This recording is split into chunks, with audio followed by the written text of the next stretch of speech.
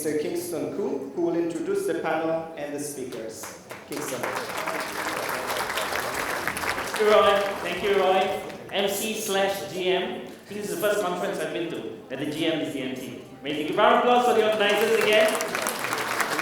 All right. Okay, first let me quickly introduce myself. My name is Kingston. I'm from Malaysia, yes, that country that's very nearby. Again, if you have post tours that you need to go somewhere and you haven't decided yet, please come to Malaysia. Sorry, Singapore, but I have to do a plug-in here. Yeah, but of course, spend a lot of time in Singapore as well. Beautiful country. Thank you again, Singapore. Okay. So, let me introduce our first panelist for today. She's from here, Singapore. She is the Chief Financial Officer and Chief Sustainability Officer for Capital Land Investment, the owners of Ascott. Come on, say it. Come on, round of applause for this. All right. Yes. Yes. So she looks after finance and sustainability. Amazing, right? So yeah, finance. When it comes to finance, investor relations, capital management, yeah, and so on. Yes, she's been with Capital Land for 17 years now. 17 years. And I always want to add a fun fact about our panelists. So a fun fact about basically, with all that workload, including being managing director for Ascott Limited, Korea and Japan, she is also an avid cook. Yeah, so that's the fun fact about basically. Round of applause again. Okay. Yes. Husband and my children eat my food. Okay. So again, invite us next time. So we'll sample them as well. So our second panelist for today is from Six Senses. I think I don't need to introduce Six Senses. Ladies and gentlemen, Mr. Jeff Smith. So a little bit about Jeff, of course. Jeff has been with Six Senses for 10 years now, since 2016. Sorry, 8 years now. 8 years, since 2016. My math's not so good. And of course, he looks after sustainability for the entire group. Yeah. My quick fun fact about you. Yeah. Jeff started his career here in Asia by shoveling elephant dung. Yeah. So that's his fun fact. Okay. All right. Our final panelist for today is none other than Mr. Rod Simpson. Come on, Mr. Rod. Thank you. So Rod is Managing Director of APAC for Best Western Hotels. Again, we all know Best Western Hotels. And he has 37 years of experience in the industry. 37 years. I won't reveal his age. Let's just say he started work at the age of 2. Although we're not promoting child labor here. Let's just say he started at the age of 2. So the fun fact about Rod is that one, he first started, he's got 2 fun facts, he's a fun guy. The first fun fact is that he started off as a waiter in the industry, yeah, in the hospitality industry, right? And he rose all the way up to MD. Secondly, Rod is a superbike racer, and he actually races in the National League in Thailand, right? Correct. National Series in Thailand. Correct. Yeah? Okay, again, round of applause for our panelists. Again, my first slide up. Yes. Okay, so the title for today's panel session is Getting Everyone on Board. Okay, let's digest that a little bit. Let me give you a little bit of context for our panel session today. Can I have the next slide? Oh, sorry, they gave me a clicker. I forgot all about it. There we go. Okay, here we go. All right. All right, so let's first define what getting everyone on board on what, right? So, of course, it's sustainability. We want everyone on board on sustainability, but to be more specific, we're talking about getting everyone on board on sustainability standards, external verification, and accreditation certification, of course. We're here at the GSTC conference. All right, next is who is everyone? So again, context, who would everyone be for a hotel? Of course, most importantly, we've got the internal parties of a hotel, stakeholders of a hotel, which would be, very importantly, the hotel owners. Secondly, the hotel team themselves, getting the entire team and staff members on board.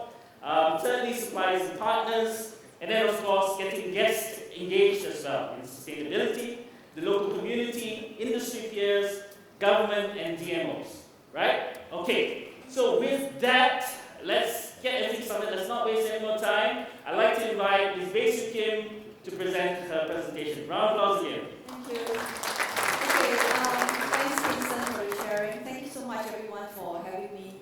Among the three panelists here, we each have a couple of minutes to kind of share with you within our own organization, how do we get everyone on board. Hospitality is a very interesting, I would say, industry. We have, like what Kingston said, many stakeholders. And we are industry that not just impacts the economy in a great deal, but it's also a very people business.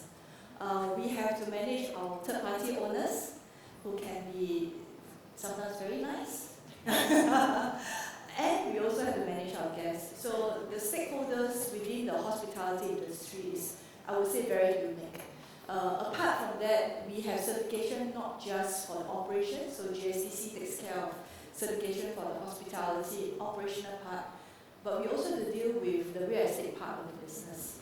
So I think it's a very interesting industry to be part of in this sustainability journey. So just a little bit about the Ascott Limited and where I'm from. The Ascott Limited is part of the CapitaLand group. We are a business unit under CapitaLand, which is the hospitality arm. So CapitaLand is an asset manager, fund manager organization in Singapore, and we are part of the hospitality business. We are a Singapore company. We started 40 years ago, and we are the pioneer in the service apartment space in Asia. So fast forward 40 years, now we started one property 40 years ago. This year we celebrate our 40-year anniversary. And fast forward 40 years, now we have a global portfolio of lodging assets in hotels, co-living, service apartment. We have student accommodation as well, in 40 over different countries, 200 over cities, 900 properties. So we have a scale and opportunity to be able to impact the work that we do in each of these countries that we operate in. We have 14 different brands in our portfolio, from the co-living service experience-led brand to the luxury brand that we have, the Crest Collection, the Ascott, as well as the Khoo. So we do have a varied of lodging brands that we work with. The other interesting thing about the Ascott is, apart from managing third-party owners' properties, putting our brands on, we also have a real estate arm. So we own the largest, we own and manage the largest hospitality REIT that's listed in Singapore, CapitaLand Ascott Trust. It has got 100 over properties in that portfolio. So that arm is a listed REIT where we do investment and asset management.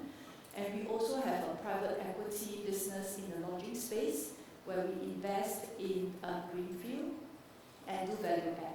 So within the hospitality space, we do have the entire ecosystem from investments to managing portfolio. So that kind of gives you a gist of what Ascott does. So I'm very fortunate to be in this role, and I've been in this while in CapitaLand for about close to 18 years now. I hold different roles within my portfolio. In my current role, I've been the Chief Financial and Sustainability Officer for the last 2 years, and prior to that, I was doing more the investment and asset management part of the business. And in that earlier role, it gave me the conviction that sustainability is very important from the business perspective. And hence, when I rotated into my current role, like Rod said, a lot of us are accidental sustainability officers because someone has to do the job.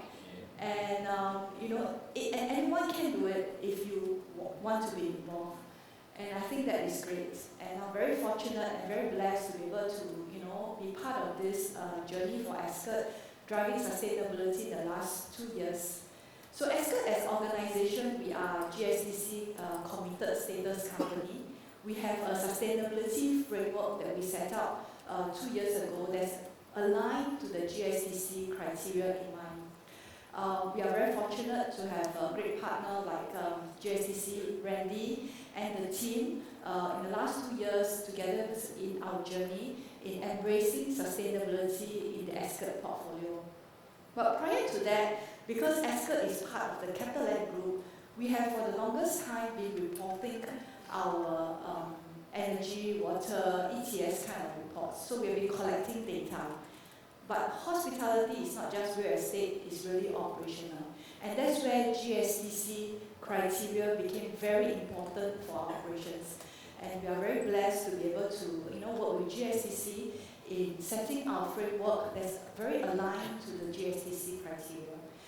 We have the Ascott Cares program, which works around the 5 pillars of community, alliance, respect, environment, and supply chain. And within each of these pillars, there are targets and things that we as a group want to work on. Very quickly, how do we get everyone on board? At Ascott, we believe that sustainability is everyone's responsibility. It's not just a department's role, but everyone gets involved in this journey.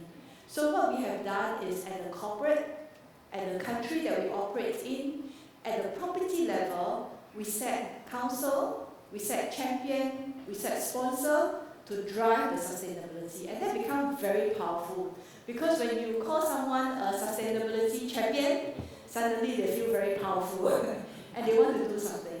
So we drive the message that everyone is responsible in the organization for sustainability, from the housekeeping to the front desk, to the procurement, to the management level. And that is set. And at every management meeting that we have, sustainability is an agenda that we talk about. Okay, moving on. Last year, so that's Randy and me, we were very blessed to work with GSTC. We signed an MOU with GSTC to train the industry, just specifically for hospitality, on GSTC principle. Like what Randy said, assessment, awareness first, before you talk about certification. And we felt like the industry, especially for hospitality, needed that training.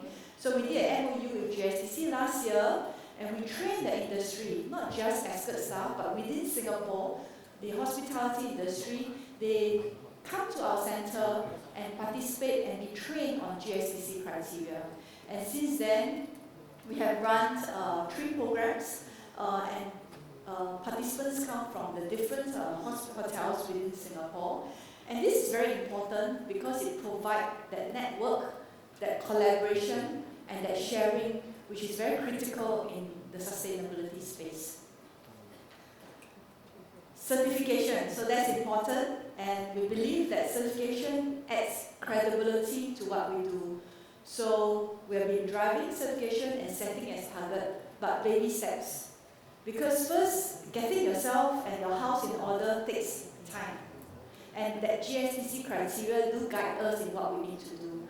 And we find that most of our properties have been embracing sustainable practices, but it's now getting our documentation in place. So in last year, 2023, we asked our clusters who wants to be the first one to start the certification. And we had Singapore, as well as our Indian colleagues, that step up and say, let me do it first. So we had 3 properties, including Turkey, 3 properties last year to do their certification first. And fast forward to this year, they did that, they shared their experience, and this year we are close to about 40 by end of this year getting GSTC certified on a global portfolio basis. So I'm very proud of the achievement by the Ascott team. And I think a lot of it, like what Randy said, okay, before we do that, and in Singapore, closer to home, there is a target of 60% by 2026. 6, yeah? 25, right? Okay, but Singapore, we have got 90% already certified as of today. So we are very proud of the work that's done by the team. Lastly, how do we get all this? How do we get everyone on board? I believe within Ascott, and it's very important to nurture a culture of learning. And it's about learning, and because sustainability is new to everyone. So we realized that we need to train, create awareness, and we have been doing a series of learning sharing sessions across our global portfolio on a bi-monthly or quarterly basis. So we get our cluster to share their best practice and share things that they can,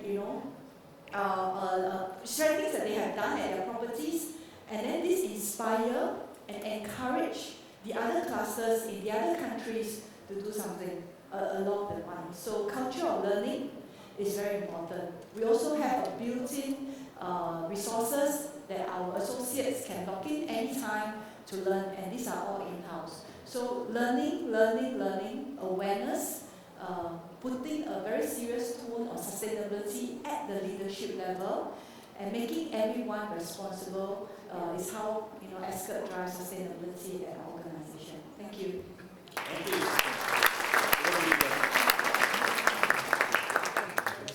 Hi everyone. I'll start with a quick introduction. There we go.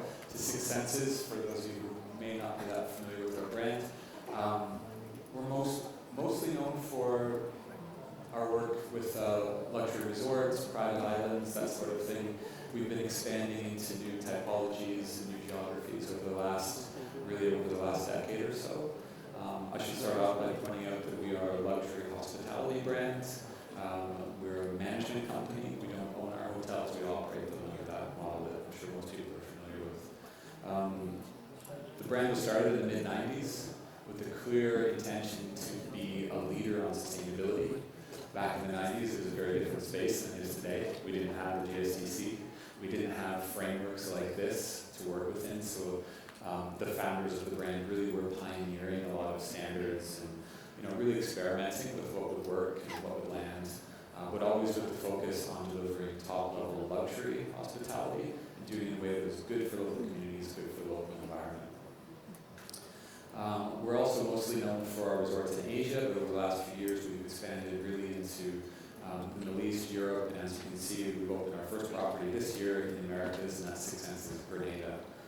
So really having more of a global presence today and a very robust pipeline of growth ahead with a lot of new properties opening up. At every Six Senses, we have a funding mechanism dedicated to giving back to our local environment and communities. Each location is different, and we're looking to leverage those funds in a way that can really make meaningful impact that we can measure and monitor and be proud of and celebrate in a meaningful way. You can see the examples on the screen, and just to share one of my favorites, Six Senses Fiji.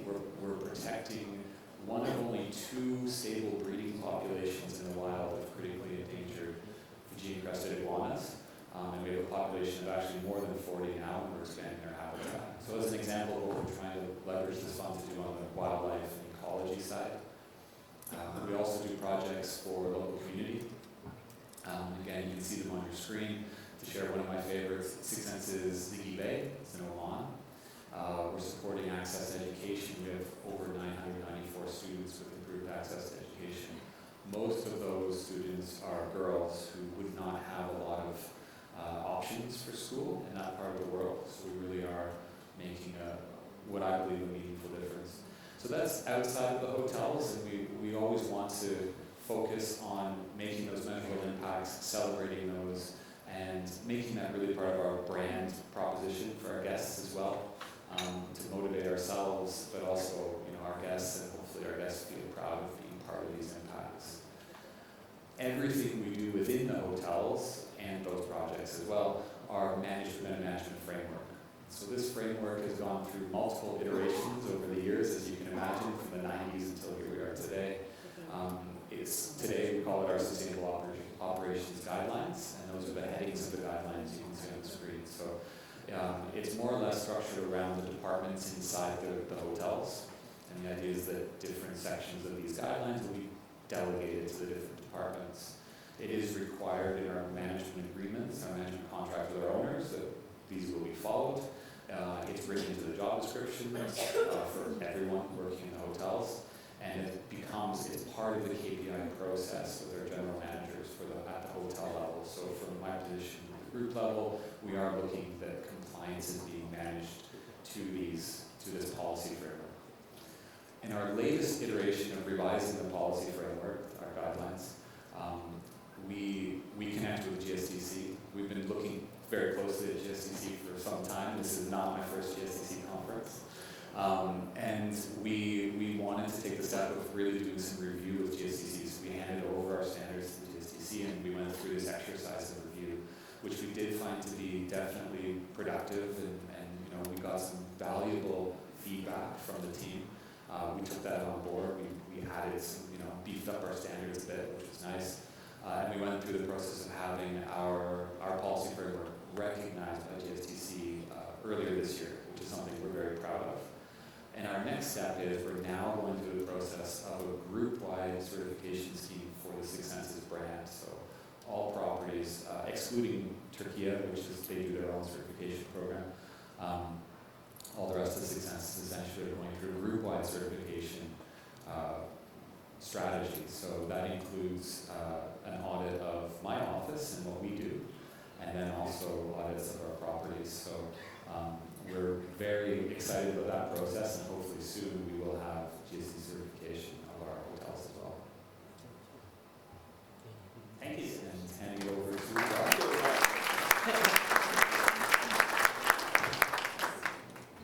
Good morning. Pleasure to be here in the lovely Singapore. So a quick introduction to BWH Hotels. Under our parent company, we have the World Hotels. Welcome to our world. Best Western, which we're obviously well known for globally. Wherever life takes you, Best Western is there.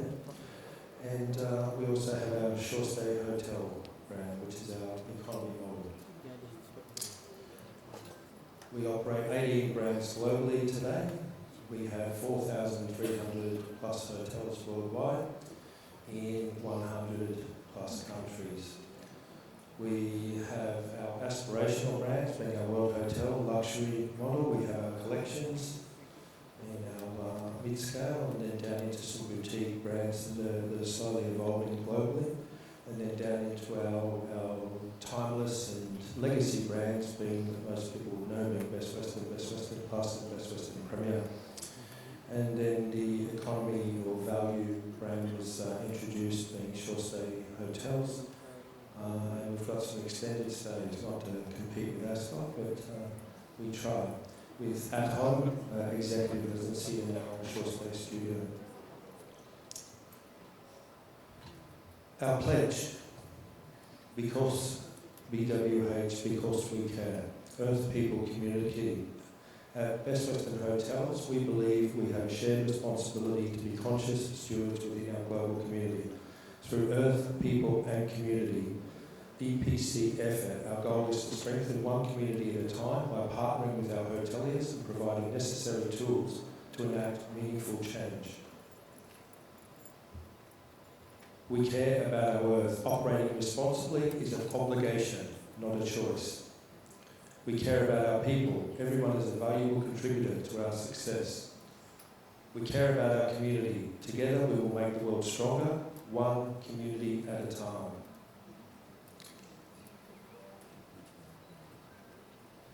In late 2023, the brand were having a look at I guess what needs to be done globally to become better at sustainability and put it into a more serious format. So there was a motion put forward for what is the international sustainability requirements.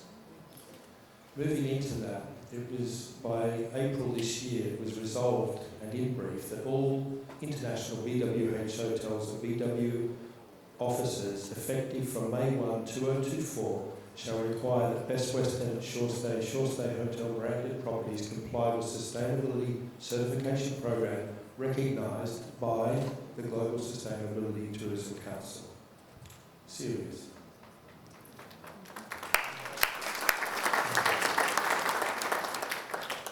That all BW Hotel adopts the following timeline for compliance. By December 31st, 2026, with 100% of hotels meeting the certification program requirement. Now obviously that has been tiered. By the end of 2024, 25% of all properties must meet compliance, 50% by the end of 2025, and then 100% compliance by the end of 2026. How do we achieve this with 4,300 hotels globally? It's not an easy task. So what we've done, it's been added, a new category of certification has been added to our International Quality Assurance Module, where this is now a brand standard compliance for the brand to meet a GSTC recognised certifying program. You can't get away now. So what's next? Obviously, as we can mention, it wasn't something that I was thinking a great deal about. We all know that we need to work on it, and once this was passed, and one of my core functions to the brand is its brand management and quality assurance. So now that it's become a brand standard, I guess I had to put my hand up and get my hands dirty and start to get involved in the process and what we were going to do. And once we started to meet with recognised companies under GSTC and understand it, what it became apparent to me was that we needed to go all in for APAC and work with GSTC. Because what was next, we obviously had to revamp our sustainability program. And once I started to meet with my team through all those companies, it was very apparent that I really liked the four-pillar structure of the approach from GSTC, and it worked for us. So the proposal was that we work towards achieving a multi-site certification for our BWH office in Asia Pacific. Certification we'll be working towards is the Global Sustainability Tourism Council certification program. This multi-site certification will allow us to certify our office and the entire portfolio across the region. Exciting. So from here, I've done a quick action plan of, I guess, our process to get everybody on board. So we obviously worked and met with, we had to select an accredited company to do our audit program. Through the process, we met with, as I mentioned, several companies. We ascertained that there was a few we could work with, and we narrowed it down to one that we have signed and we will be working with moving forward into our future. From there, we needed to understand the fee structure and then how do we integrate that into our ownership, our hotels, our partners, and getting that fee to be able to support our initiative moving forward. Then it's how do we get everybody on board? How do we start bringing our hotel owners, GMs and properties into it? We amended our fee agreement, we got that all approved, introduced the GSTC program to the properties once we revamped our sustainability program. And then what we did from here is we started to set up a webinar. So the goal was that we hired an consultant through the accredited audit company, one of the accredited audit companies to come on board with us, and we put a webinar. We had over 100 of our stakeholders come on board for that webinar throughout the region that went for nearly 3 hours to basically introduce the program for us, introduce the process that we needed to be delivering as now part of our sustainability program. We also took that audit to one of our properties that was holding quite an esteemed sustainability certification, and we did an audit at the same time. I sent my brand management and quality assurance team with that auditor to the hotel for a day so as we could understand the process, how does the GSTC audit process work, and at the same time to allow my team to be educated. My QA team are out auditing our properties on a day-to-day basis and talking to our stakeholders, our owners and our GMs, and by utilising this team at the end of now an audit that they do for a BW audit, now go into a sustainability audit, show us all your champion for your sustainability and things like that. So we're now educating, I guess, those teams to get on board. pre-audit readiness for each property, so we're in that phase now where we've just invited an array of the general managers to come into our office by the end of the month to go through another extensive training program with ourselves to get on board and get ready for audits. And then working towards a March deadline, April of 2025, to audit our properties and obtain our GSTC multi-site certification for the Southeast Asian office of BWH Hotels. Further to this, we're also working closely with our Australian office, being the APAC region. The MD is here with us today, and we will get our work to get certified by mid-year, and then with our Australian office, we hope by Q4 he will have the same certification. We will ensure that he has the same certification, and that will give us the best part of 200 hotels in BWH APAC certified under GSTC.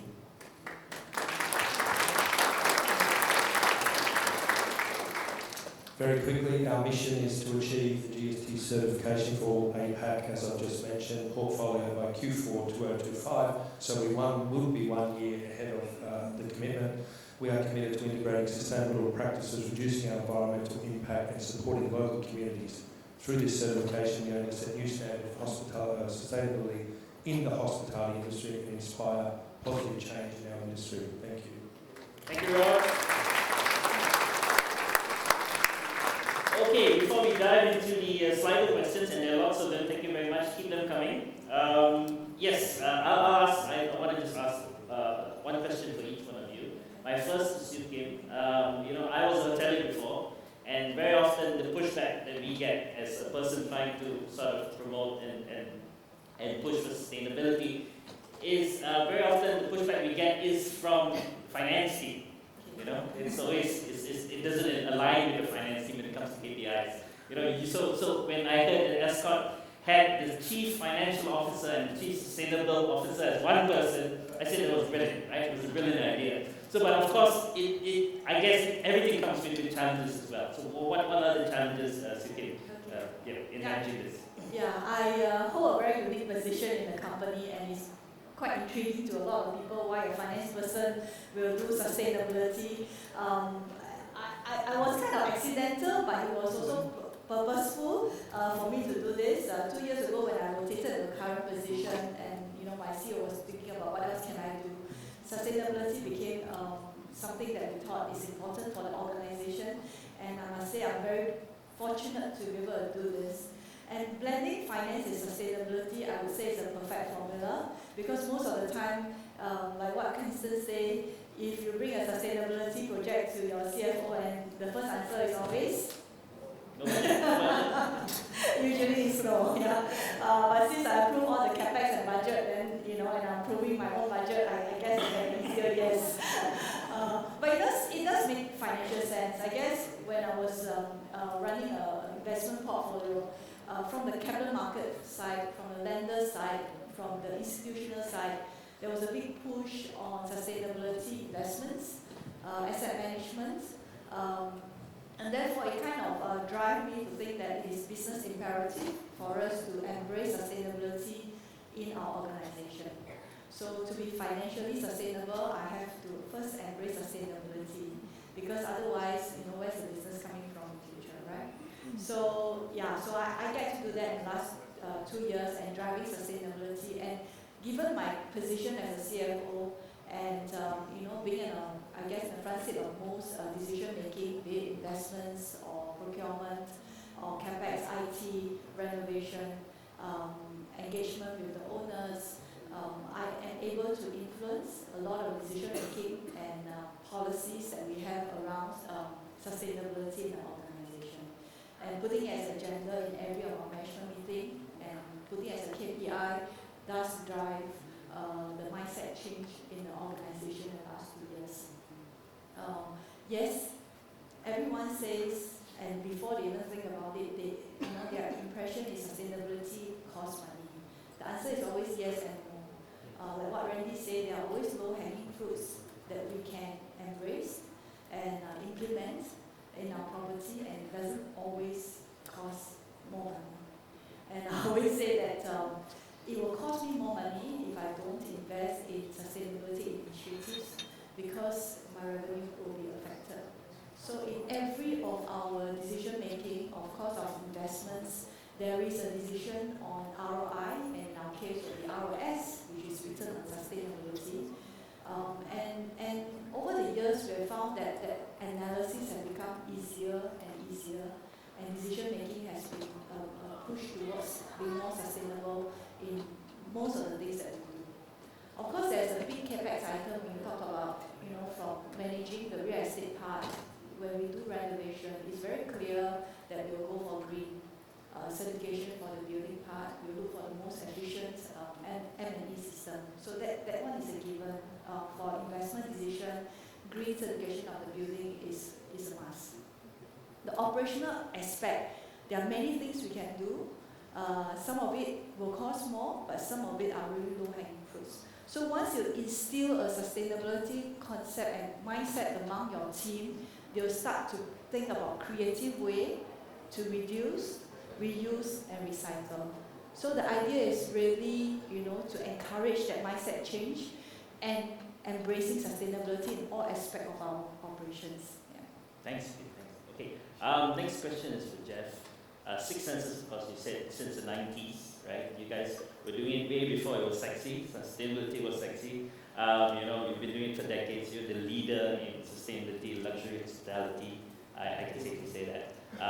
So this is kind of a loaded question. Why now? Why the GSTC? Why are you looking at the recognized status? Why are you looking at even certifying all your properties?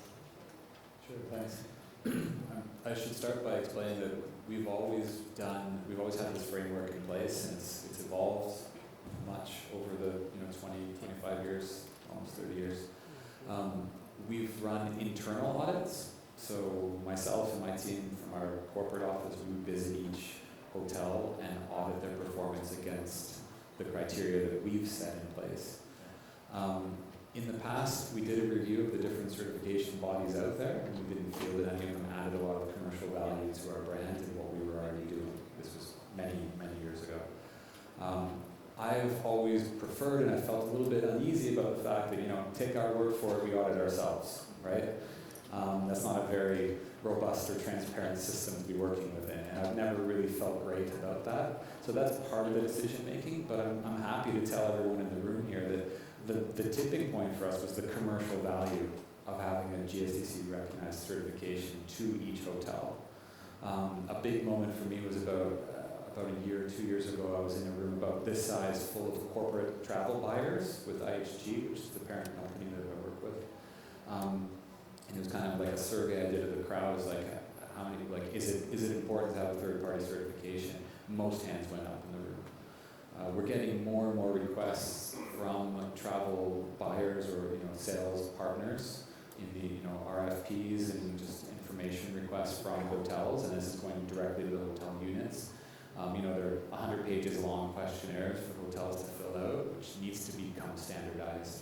We as an industry need to come around a common framework, because otherwise the hotels from their side can never keep up with everyone having their own different set of criteria. So we need one unifying set of standards, and that to me seems obvious that it's the GSTC. But it's also those numbers of requests coming in are also a huge demonstration that there's market value, commercial value to the hotel in having that certification today, more so than there was even 3 years ago.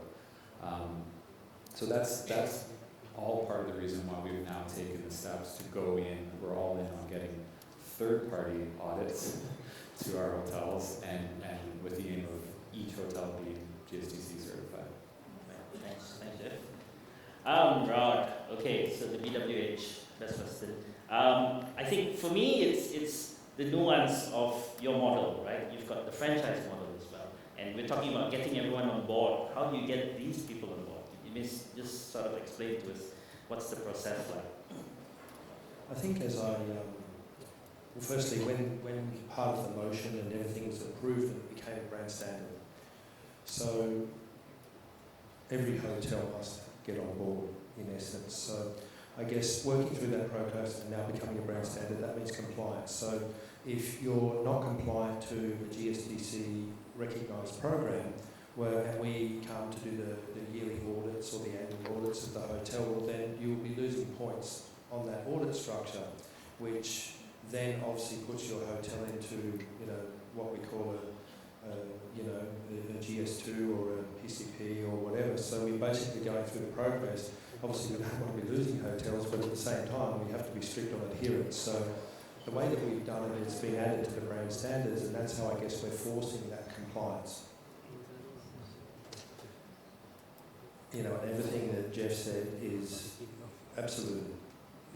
It's the RFPs, the business side of it, the education process for those owners in understanding that it's so important that, when you're putting in for your RFPs and everything like this, everybody wants to see it today. That certification is so important. So I guess it comes back to education as well. That's our part of educating, and the process that we are going through right now is to get that education out there as best we can, and revamping all the systems and procedures, and we have our BWH University as well, that there is programs on there that we're adding to as we speak to allow properties to go on and learn and grow more as well, that will become part of that compliance as we move forward. So there's an array of initiatives in place to support us for the owner to pay that GSTC fee every year. Any initiatives, sorry, stay with you. Any initiatives that involves the local communities, any projects that you're working on? Absolutely. We've one that we're working on very closely at the moment is Two Hands Across the Water. Two Hands Across the Water is an Australian-based charity that is in Thailand. It was born out of the 2004 tsunami. A Australian federal policeman by the name of Peter Baines was over there identifying bodies, sadly, through the tsunami. And at that time, he noticed the amount of children that were living under shelters and whatnot, that were orphaned post the tsunami. And he basically developed Two Hands Across the Water. Today, he operates 7 orphanages in Thailand. He's raised $45 million for the Thai children. 37 of those children today have all got university degrees, either via Singapore, Australia, or US, or Thailand. And what we're doing is they've just built a new orphanage in Khao in Thailand, and the other orphanage they're sort of using for a bicycle centre and a head office right now. But what we're working on, they've got about 30 rooms there. We're about to turn it into an operating hotel asset, where orphans under their own name, but we're supporting the initiative where the orphans and local community kids will be able to come, be trained and educated in the art of hospitality. And then we do about a third of our portfolio in Southeast Asia is under HMA. And through those properties, we will then give the children the ability to go and learn on-the-job training and do internships. So, yes, that's something we're doing for our community and people as part of our pledge. Thanks, Rob. So we've got questions. Let's start taking questions from Slido. You can put that up there. We've got a question from Janice.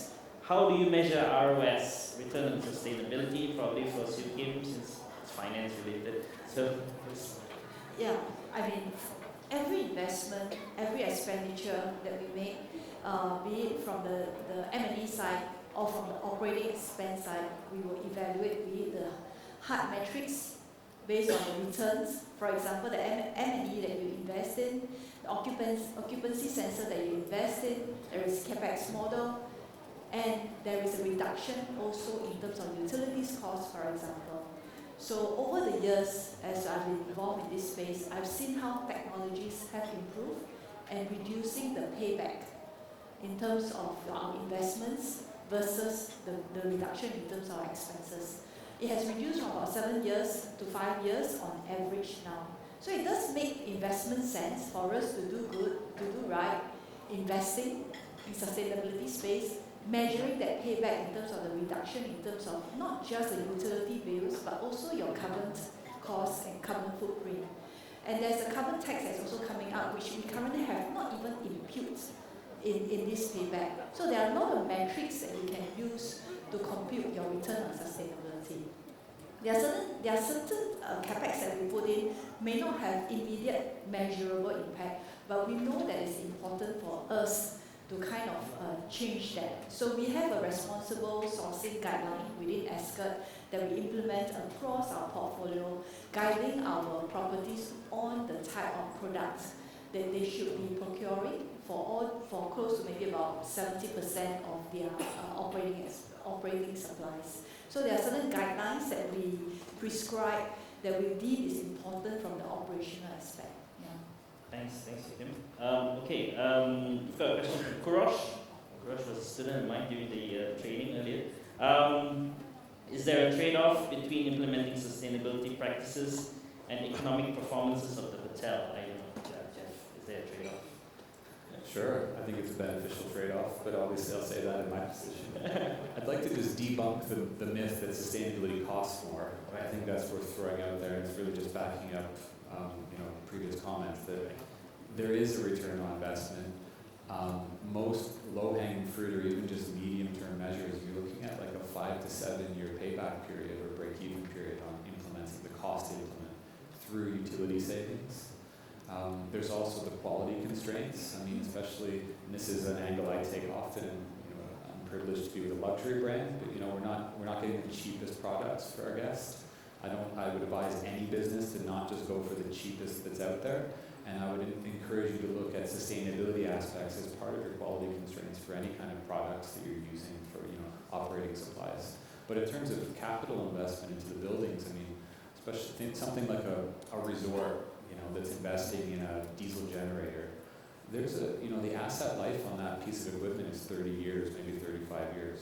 So, I mean, if that's not too long as a time frame, then why is 10-year break even too long of a time frame for a sustainability initiative, right? I mean, if you're looking at a hotel that's going to be in existence, or in our case, a management contract that has a 30-year life, there's nothing crazy about, or there's nothing that's bad business sense about advising for sustainability investment that breaks even or pays back for itself within that 30-year life. Now, 30 years is much longer than the average, quarterly review from finance, but it is definitely within the normal framework of that business. So, I think it's worth investing in sustainability, and there should be a payback for the business in everything you're doing, including all of your sustainability strategy.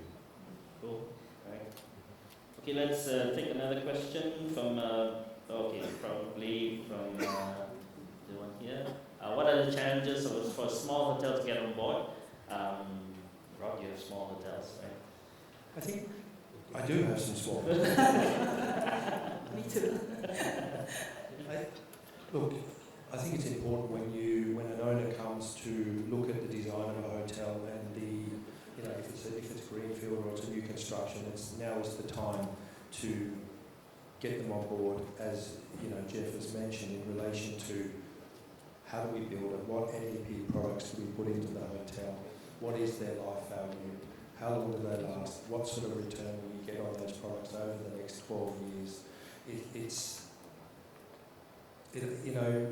A myth is the right word. There is so much low-hanging fruit. When we sent a Survey Monkey out to our region before we started the process to just get an idea of what people are doing, how deeply and what are they doing, I was actually welcome surprised that some of these smaller properties were already 40% along the journey or 55% away along the journey when it came to standards and what they'd implemented in their own hotels. I don't really see it as a challenge though. I mean, for me, whether it's a big hotel or a small hotel, I think the operational aspect of managing the hotel is the same. And if you go through the GSTC criteria, you can apply and adopt it across all the operational aspects of hotel. I guess the advantage for a big hotel like Ascott, we have the resources. But you think about it, based on my portfolio and the work that we have done, I only have 2 persons on my sustainability team. So it's actually getting the team that you have, be it at the corporate or the property or your cluster, everyone be involved. And once it becomes part of their DNA, it's not an additional work scope that they need to do, but it's really part of their DNA to embrace sustainability in the whole process. So I believe it's doable, but I always encourage and start with small steps. It looks like so much to do, but just look at the criteria and just start with baby steps. You don't have, it's not a race, but it's about, getting yourself started, getting people on board, and just be part of the journey.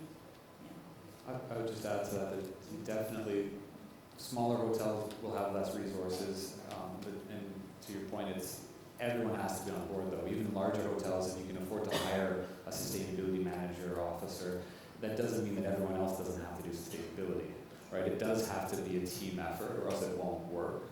Also, I'm not sure if the question is related to group size either, but it's worth pointing out, I think that if smaller independent hotels, and if there's any in the room, I'd recommend you think about joining a larger group like Alliance, like a club, a sustainability group, because being within a corporate group like the three of us are in, we're giving resources to our hotel units. And if you're on your own, you benefit from training and support by joining a larger organization. Okay, we'll take this question. I like this one. How do you kind of the challenges of high employee turnover? And we all know our industry, it's getting a little chronic. Sorry. So anybody wants to take this? I think in appointing the champion, it comes down to the stability of the property. You need to find that person, whether it be, even if it is the general manager to start with, or somebody that's been in the hotel for a fair amount of time. There will always be turnover. It's in any business. Obviously, our industry is very transient, and post-COVID, it's become a lot worse. But it's important that you appoint that champion, and I guess what's important is we do have the resource to be able to continually train the people that comes back on to us as a company to be supporting their efforts in the training abilities across the and also, as Jeff said, is drawing on those associations and affiliations in certain regions to support initiatives on training as well. But I think stability is the most important thing in your champion to help you drive your efforts. On the same note of staff, Jeff, if you can take this one. KPIs, yeah, sure. So integrated sustainability KPIs, what KPIs you found effective in motivating and measuring staff engagement. So we like to get out of the training room and roll up our sleeves and do things. I think that's the best way to keep, especially when you think about your line level staff, like the dishwashers, the guys cleaning the toilets. They don't need a lecture about climate change. It's a job. They're getting a paycheck. Hopefully, they're invested in the vision and mission and values of your hotel and your brand. But ultimately, you've got to speak to motivating factors, and what I find most effective is just taking action. So one of our KPIs to the hotels is that they are at least once a month getting up and going out and giving back. So team building events built around, and if you remember my introduction, all of our hotels have, and this is, we're privileged to have this as a tool. We'll have local community projects that we're investing in. We'll have local environmental projects. So they're a great resource. They're a well we can draw from for motivation. So a KPI, one of our many KPIs for hotels, is to at least once a month run a team building event for our hosts, for our staff, where they can give back in any way. It's not so important what they do as long as there's a clear goal. Maybe it's we're going to clean up the neighboring beach, or maybe we're going to plant some trees. There's a clear goal. They go out, they achieve the goal, they go back, and then take pride in that and go back to their normal jobs. Now, obviously, that's not educating them about what they need to do specifically in their functional areas, but it's motivating them and making it real. So it's not just something, sustainability can't be just something we talk about in the training room. It needs to be something that we're doing. If you can take the next one as well. Sorry, No, I just want to echo what Jeff said. Sustainability is about inspiring, about encouraging the heart, and about giving back. And your employees, once they are engaged and found that they are actually giving back to the community where they are from, they'll come back and find more purpose in what they are doing. So at our organization level, where you can organize activities to encourage participation and giving back to the community is very important way of motivating the staff. Cool. Yes, sorry, Jeff. Six Senses and Operator don't own real estate. How do you handle expensive necessary upgrades, i.e., and with asset owners?